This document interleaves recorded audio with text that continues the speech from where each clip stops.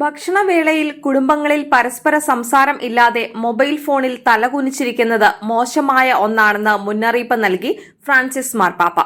അതും അരുത്, ഒരിക്കലും പാടില്ല. അത്തരം പ്രവൃത്തികൾ നല്ലതല്ല. സംഭാഷണം നടത്തുന്ന, പരസ്പരം ശ്രവിക്കുന്ന കുടുംബത്തിൽ സന്തോഷം അലതല്ലുമെന്ന് പാപ്പ ഓർമ്മിപ്പിച്ചു. ഭക്ഷണവേള കുടുംബത്തിൽ സംഭാഷണത്തിന്റെയും ശ്രവണത്തിന്റെയും സവിശേഷ സമയമാണ്. മേശയ്ക്ക് ചുറ്റുമിരുന്ന് സംസാരിക്കുന്നത് മനോഹരമാണ്. ഇതിന് നിരവധി പ്രശ്നങ്ങൾ പരിഹരിക്കാനാകും. എല്ലാറ്റിനുമുപരിയായി തലമുറകളെ ഒന്നിപ്പിക്കാൻ കഴിയും. മാതാപിതാക്കളോട് സംസാരിക്കുന്ന മക്കൾ, മുത്തശ്ശി മുത്തശ്ശന്മാരോട് സംസാരിക്കുന്ന കൊച്ചുമക്കൾ ഒരിക്കലും അവനവനിൽ അടച്ചുപൂട്ടിയിരിക്കരുത്. സംസാരിക്കുക, പരസ്പരം കേൾക്കുക. ഇതാണ് ഗുണകരവും വളരാൻ സഹായിക്കുന്നതുമായ സംഭാഷണം. തിരുക്കുടുംബ തിരുനാൾ ദിന പ്രാർത്ഥനാ സന്ദേശത്തിലാണ് പാപ്പ ഇക്കാര്യം എടുത്തു പറഞ്ഞത്. സംഭാഷണം കുടുംബത്തിൽ ഒരു സുപ്രധാന ഘടകമാണ്. ഇതിൽ ശ്രവണം അടങ്ങിയിരിക്കുന്നു.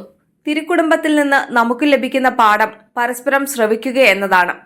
പരസ്പരം ആശയവിനിമയം നടത്തുകയെന്നത് കുടുംബ സന്തോഷത്തിന് അനിവാര്യമാണ്. ജെറുസലേമിലേക്കുള്ള വാർഷിക തീർത്ഥാടനത്തിനൊടുവിൽ 12 വയസ്സുള്ള യേശുവിനെ കാണാതാകുന്നതും പിന്നീട് മറിയവും യൗസേപ്പും അവനെ ദേവാലയത്തിൽ വേദശാസ്ത്രികളുമായി തർക്കിച്ചുകൊണ്ടിരിക്കുന്നതായി കണ്ടെത്തുകയും ചെയ്യുന്നതിനെക്കുറിച്ചുള്ള സുവിശേഷത്തെ അടിസ്ഥാനമാക്കിയാണ് പാപ്പ കുടുംബങ്ങൾക്കുള്ള സന്ദേശം നൽകിയത്. സന്തോഷ സന്താപ നിമിഷങ്ങൾ ഇടകലരുന്ന കുടുംബജീവിതം ശാന്തമായ നിമിഷങ്ങളും മറ്റ് നാടകീയമായ നിമിഷങ്ങളും മാറി മാറി വരുന്നതും ഒരു കുടുംബത്തിന്റെ സാധാരണമായൊരു അനുഭവമാണ്. കുടുംബ പ്രതിസന്ധിയുടെ, നമ്മുടെ കാലത്തെ പ്രതിസന്ധിയുടെ ബുദ്ധിമുട്ട് അനുഭവിക്കുന്ന ഒരു കൗമാരക്കാരന്റെയും അവനെ മനസ്സിലാക്കാൻ കഴിയാത്ത 2 രക്ഷിതാക്കളുടെയും കഥ പോലെ തോന്നുന്നു.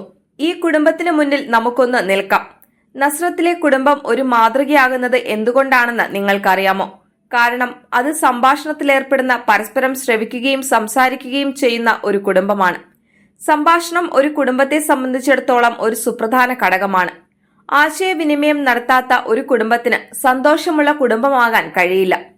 അമ്മ ഒരു ശകാരത്തോടെയല്ല, പ്രത്യുത ചോദ്യത്തോടെ ആരംഭിക്കുന്നത് സുന്ദരമാണ്. മറിയം കുറ്റപ്പെടുത്തുകയോ വിധിക്കുകയോ ചെയ്യുന്നില്ല.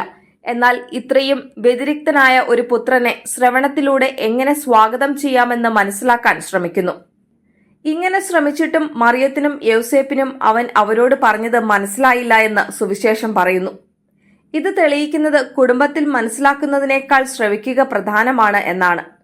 ശ്രവിക്കുക എന്നതിനർത്ഥം അപരന് പ്രാധാന്യം കൽപ്പിക്കുക, അസ്തിത്വത്തിനും സ്വതന്ത്രമായി ചിന്തിക്കുന്നതിനുമുള്ള അപരന്റെ അവകാശം അംഗീകരിക്കുക എന്നാണ്. മക്കൾക്ക് ഇത് ആവശ്യമാണ്.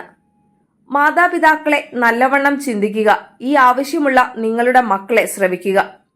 യേശുവിന്റെയും മറിയത്തിന്റെയും യൗസേപ്പിന്റെയും കുടുംബം വിശുദ്ധമാണ്. എന്നിട്ടും യേശുവിന്റെ മാതാപിതാക്കൾ പോലും അവനെ എല്ലായ്പ്പോഴും മനസ്സിലാക്കിയിരുന്നില്ലെന്ന് നാം കണ്ടു. നമുക്ക് ഇതിനെക്കുറിച്ച് ചിന്തിക്കാം. ചിലപ്പോഴൊക്കെ നമ്മുടെ കുടുംബത്തിൽ നമുക്ക് പരസ്പരം മനസ്സിലാക്കാൻ സാധിക്കുന്നില്ലെങ്കിൽ അതിൽ അതിശയിക്കേണ്ടതില്ല. അങ്ങനെ സംഭവിക്കുമ്പോൾ നമുക്ക് സ്വയം ചോദിക്കാം, നമ്മൾ പരസ്പരം ശ്രവിച്ചിട്ടുണ്ടോ? നമ്മൾ പരസ്പരം ശ്രവിച്ചുകൊണ്ട് പ്രശ്നങ്ങളെ അഭിമുഖീകരിക്കുകയാണോ? അതോ നിശബ്ദതയിൽ, ചിലപ്പോൾ നീരസത്തിൽ, അഹംഭാവത്തിൽ സ്വയം അടച്ചുപൂട്ടുകയാണോ? സംഭാഷണത്തിലേർപ്പെടാൻ നാം കുറച്ച് സമയം എടുക്കുന്നുണ്ടോ? ഇന്ന് തിരുക്കുടുംബത്തിൽ നിന്ന് നമുക്ക് പഠിക്കാൻ കഴിയുന്നത് പരസ്പര ശ്രവണമാണ്.